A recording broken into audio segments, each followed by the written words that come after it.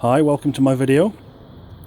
This video is a demonstration on how to change the main and EGR thermostat valves on a 2005 UK spec BMW E60 530D. The first job you will have to do is remove the main engine plastic cover that sits across the top of the engine and is removed with 5 simple Allen key bolts.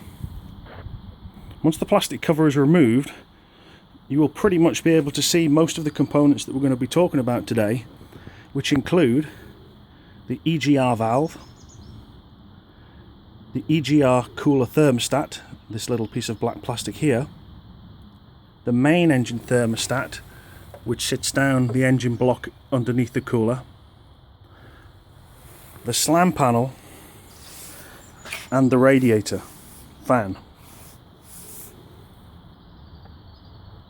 The first job is to remove the engine slam panel. The engine slam panel is removed by unscrewing approximately 10 screws that hold this panel in place. They sit around the edge, 1, 2, 3, 4, 5, etc., until the panel is completely undone. Once the panel is undone, it can simply be lifted up, being careful to make sure it slides under the tang here at the front. It sits underneath this plastic tang, and it can simply be lifted up and around and lay on the side of the engine bay to be refitted later. You can't remove this from the vehicle as the 2 engine bonnet catch release cables are still attached to the frame. Once the slam panel has been removed, there is a plastic trim panel to remove. The plastic trim panel is held in by 5 screws. Again, 1, 2, 3, 4, 5. The 2 forward screws are ever so slightly hidden when the panel is down.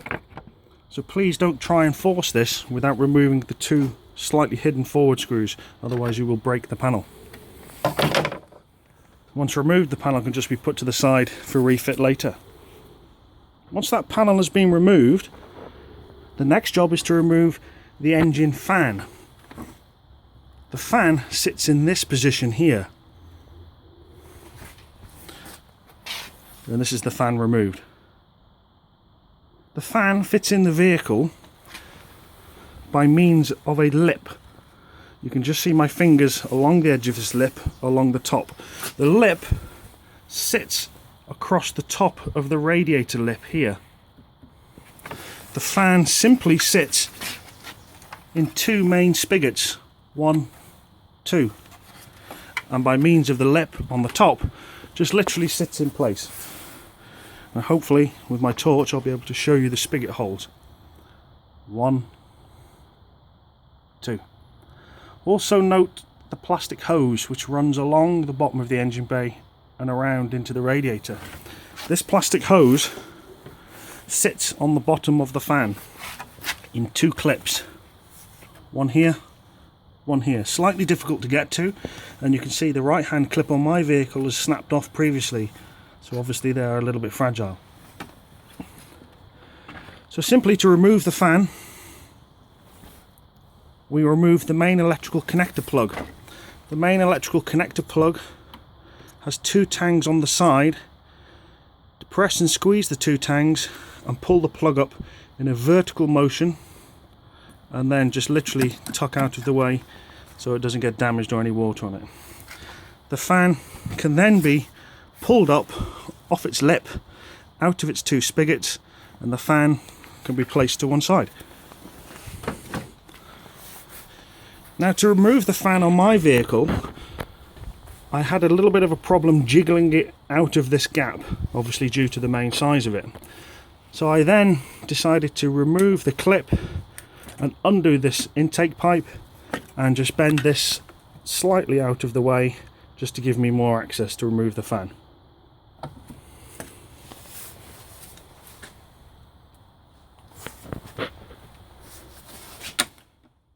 Okay, the main job.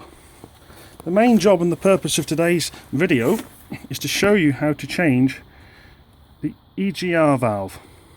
This is the EGR thermostat valve, this plastic valve here, this one. Now the EGR thermostat valve should always be changed in conjunction with the main engine thermostat valve, which you can just literally see behind there, the black plastic webbed assembly with one bolt in the top. We'll get to that in a minute.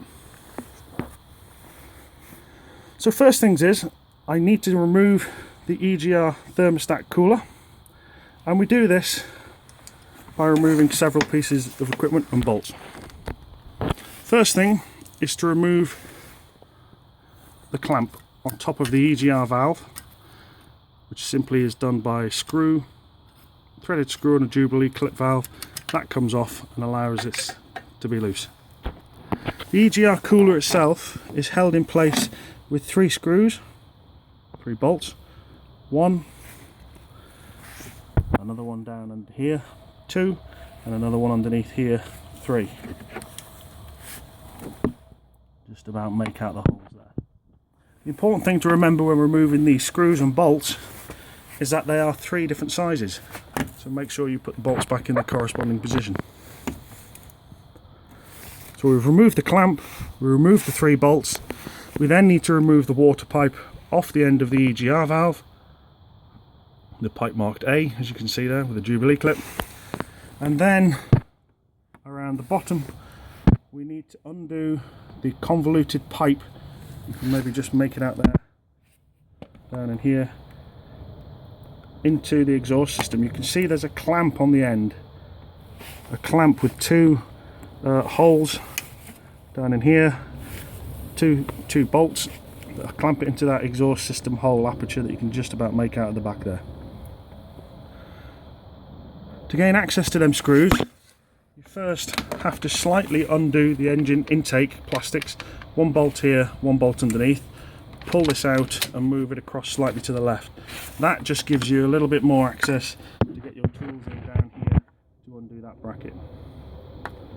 Also on the bottom of the EGR, you can see there is a rubber hose, which is you can see the Jubilee clip just lying there, and I've pulled that hose off. Once all of these have been undone, the exhaust gas recirculating thing can just come off, and we'll have a look at that in a bit more detail on the desk in a minute.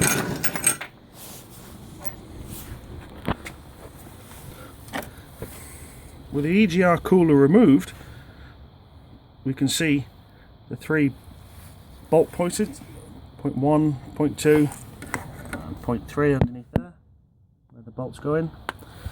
And then we can see the main engine thermostat. Now, I've actually just replaced this thermostat. This is the new one. And to replace the thermostat, it's simply 4 bolts, 1, 2, 3, and 1 down on the bottom, underneath there slightly, just behind the pipe. 4, and the thermostat valve will come out. It is held in by 2 quick release, these modern quick release tangs.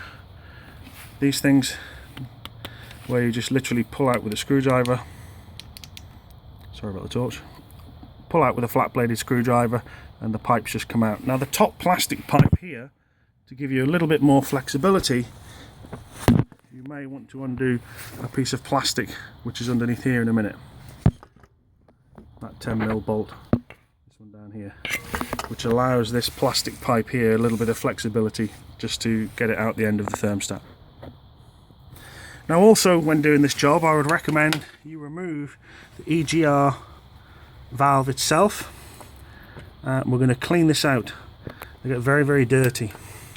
The EGR valve sits on the engine like such and is held on by 4 bolts, 2 at the top and 2 respective ones underneath on the bottom. To remove this valve, there are 1 electrical plug which sits on the top here. Again, 2 tangs, pull to the left, the plug will remove, and a 1 small spline bolt on the top which holds the bracket on to allow the electrical connector to come out of the way. There is also a very small vacuum pipe which goes on the diaphragm. Again, pull this off, be careful, mine is ever so slightly split on the end, so I may very well just chop the last 1/4 of an inch of that off before I put it back on. Once you've removed the 4 bolts, the EGR valve is free to come out and be removed. Now the EGR valve itself, these 4 bolts, the top left one is very easy to get to. The top right one is okay. If you have a long Allen key, there is actually an access hole to the solenoid assembly to allow you access to that. It is the bottom right hand screw or bolt that is the hardest to get out. Okay, it is easy, relatively easy, but it's just access more than anything, because it's right underneath on the bottom there. Okay, we'll have a look at this in a minute on the bench as well also. So that is the main components removed. The EGR valve has been removed from here. Just give me access now to my 10mm bolt to release the plastic pipe for when I come to remove my main thermostat, just to give it a little bit easier. And down there, the EGR cooler has been removed. I have removed the 2 spline bolts from the exhaust hole there that you can see. It comes around. I've undone the 3 bolts, 1, 2, 3, which are different sizes, so remember to keep the bolts in the same place, and the whole cooler assembly can then just come out. Refitting all that, I guess, is just a straightforward repeat of how I've disassembled it all, and you can see that. And now I'll just show you quickly on the bench the major components that we've been talking about and changing. This is the small EGR thermostat. You can see it just has a hose on one end, and it clips actually here into the cooler. This is the old one, onto the bottom of the cooler here via 2 bolts. When you purchase your new EGR thermostat, be sure to get a new O-ring to fit on the bottom of the pipe here. Make sure you get a good seal. Okay, the EGR cooler itself, well, not much we can really do about that. I guess we can clean this up before we put it back in, and maybe, I don't know whether we could run some cleaner through it or something, or just try and tidy it up. I'm not really sure what's inside there.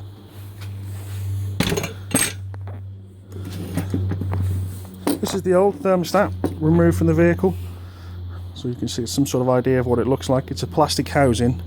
It's quite robust, hard plastic, but obviously be careful when tightening the bolts back up. You don't want to break your new £60–70 BMW thermostat you've just paid for. This is the old one that's coming out. I've seen pictures on YouTube with seals and things migrated and all sorts of things, but my one appears to be in relatively good condition, although the actual thermostat itself will only seem to go down about ½ inch or so. I'm not really sure whether that's working correctly or not. Well, obviously it wasn't. Okay, and finally onto the EGR valve. This is the EGR valve removed off the vehicle. My vehicle has only done about 60,000 miles, although it's 10 years old, and you can see hopefully here the sort of gunk that is inside this EGR valve. Very, very blocked up, so that's going to have a good clean with some carb cleaner really before I put it back onto the vehicle. So I would recommend taking that off and cleaning that as well at the same time. Okay, hopefully that helps. Like I said, refit is just a pretty basic reversal of what I've done, and good luck.